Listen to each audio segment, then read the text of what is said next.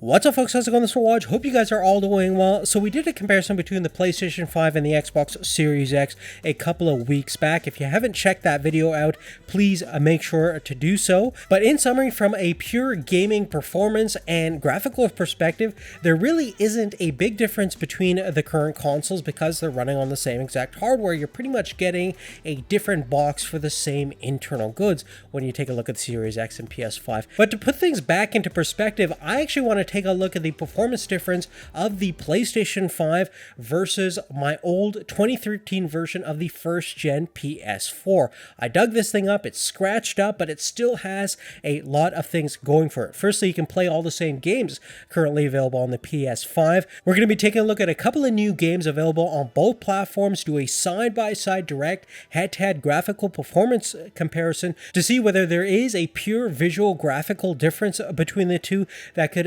justify the purchase or an upgrade of the PS5 for the time being. Now, firstly, I'm just going to throw up the tech specs on both platforms. Now, our first generation fat PlayStation 4 is almost 7 years old now, and that's definitely a long time from a technological perspective, and things have definitely progressed quite a bit, but on the surface level, it looks kind of similar. We both have AMD 8-core CPUs.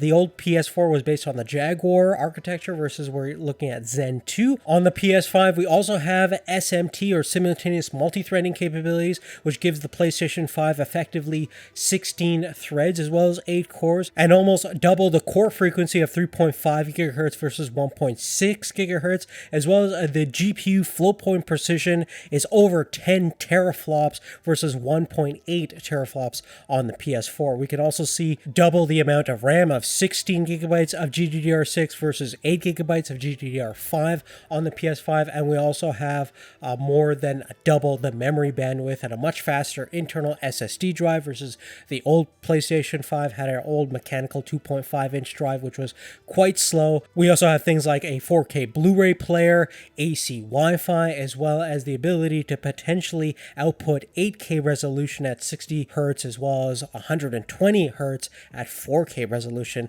which the old PlayStation pretty much topped at 1080p at 60 Hz. Now, given all that, the PlayStation 5 should completely wipe the floor with the old 7-year-old PS4, but let's see if that's actually the case. We're going to take a look at a couple of new gaming titles available on both platforms, do a side-by-side graphical comparison.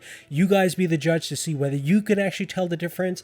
We have the video uploaded in 4K as well as 1080p 60 frames per second, and then we'll come back and reflect on our thoughts.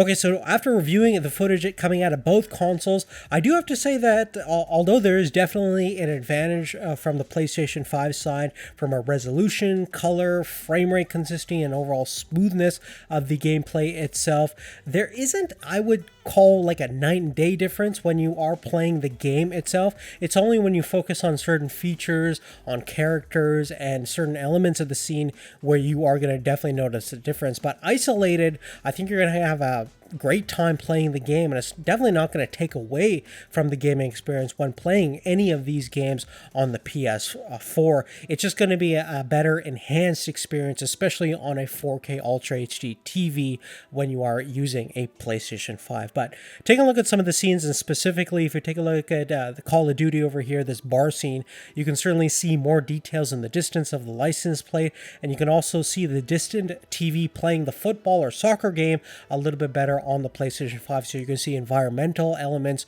be enhanced and have greater level of detail, give you a better sense of immersion. Now, given the notion that we're rendering out almost 4 times the amount of pixels on the PlayStation 5, we should be able to see a greater level of details in pretty much all aspects of the game, regardless of whether you're viewing it in 1080p or 2160p. If we take a look at this scene over here, zoomed in, we can definitely see a lot more fine detail in the actual writing on this calendar, and everything is definitely going to be a little bit more crisper. Now, if you zoom back out to the normal scene, that difference, especially in 1080p, is not going to be that apparent, but certainly if you're viewing this on a 4K TV, it is a pretty striking difference between the two. Furthermore, even though Call of Duty isn't a game specifically optimized for the next generation ray tracing capabilities on both Xbox and PlayStation, we can still tell the difference on this scene over here with the hubcaps on the car, with the amount of reflection. The spectral highlights are better, and we can see a greater level of detail in the reflections themselves. Versus on the PS4, we're lacking all that detail and clarity in the reflections in the exact same scene, since we don't really have those advanced ray tracing capabilities, and plus the tracking of those reflections are better enhanced and definitely smoother and more accurate on the PS5 version as well. Now, when it comes to color rendition and overall dynamic range, that's definitely going to depend upon the display that you're viewing the console through, but given the fact that we have HDR10 certification on the PlayStation 5, you're always going to see a greater level of a dynamic range, better details in the shadow and highlights, as well as a better level of saturation and overall vibrancy in the colors. That definitely seems apparent in some of these comparison shots that you're viewing right now. Again, isolated, the PlayStation 4 definitely doesn't look bad, and if you don't have a reference point to kind of compare to, you're not going to probably notice the difference, but generally speaking, the colors are definitely more muted and a little bit more muddy at times compared to some of the HDR10 images coming out of the PS5. Beyond that, given the fact that the PlayStation 5 has more than double the memory, bandwidth, and capacity, as well as the capability of storing a larger amount of game information due to the fact that the games on the PlayStation 5 take up more memory space as well as storage space, you're going to see a greater level of details in the world itself. So for example, in the new Assassin's Creed Valhalla, you're going to see that some NPC characters, apart from the main characters, are definitely missing some important details in both the facial features, the textures in the hair and skin, eyes, as well as essential kind of costume elements are also missing from the PlayStation 4 version compared to the PlayStation 5. So the PlayStation 5 definitely has that greater sense of immersion and world building compared to what we're seeing, especially on the first gen PS4. Now, beyond these initial launch titles, we're only going to see a greater difference going forward from here. Most of these games were developed during the PlayStation 4 and Xbox One era. We're only going to see greater level of detail and performance, a difference going further beyond. And once we get into 2021, we should see gaming titles dedicated and specifically designed around the current generation Series X and PS5. But the key thing I want to take away is that the experience on the PlayStation 4 is still fantastic, especially for the price, and these days you can pick up a used one for next to nothing, and all of the current generation games are pretty much available on the the PlayStation 4, and it's going to be like that for a while. So you're not going to be really missing out too much, even if you don't upgrade right away to the new generation consoles. And honestly, if you can't get a hold of the new PS5 or Series X because they're sold out, I don't think you're missing a whole lot from a gaming perspective. The PlayStation 5 and the Xbox One are still fantastic consoles that are going to be relevant for at least, I would say, 2 to 3 years from now. And if you're really into gaming at a high level where you have the option to upgrade and be in full control over your gaming experience, you're probably going to go PC anyways. But other than that, guys, that's really it. I'd definitely love to hear your thoughts. Are you upgrading to PlayStation 5? Do you have a PlayStation 5 right now or an Xbox Series X? And are you planning on upgrading to the new generation consoles? Definitely love to hear your thoughts. Again, give us a thumbs up if you like this video. Please make sure you have post notifications turned on so you get our videos once they become available. And thank you so much for your support, and we'll see you real soon in the next one. Take care.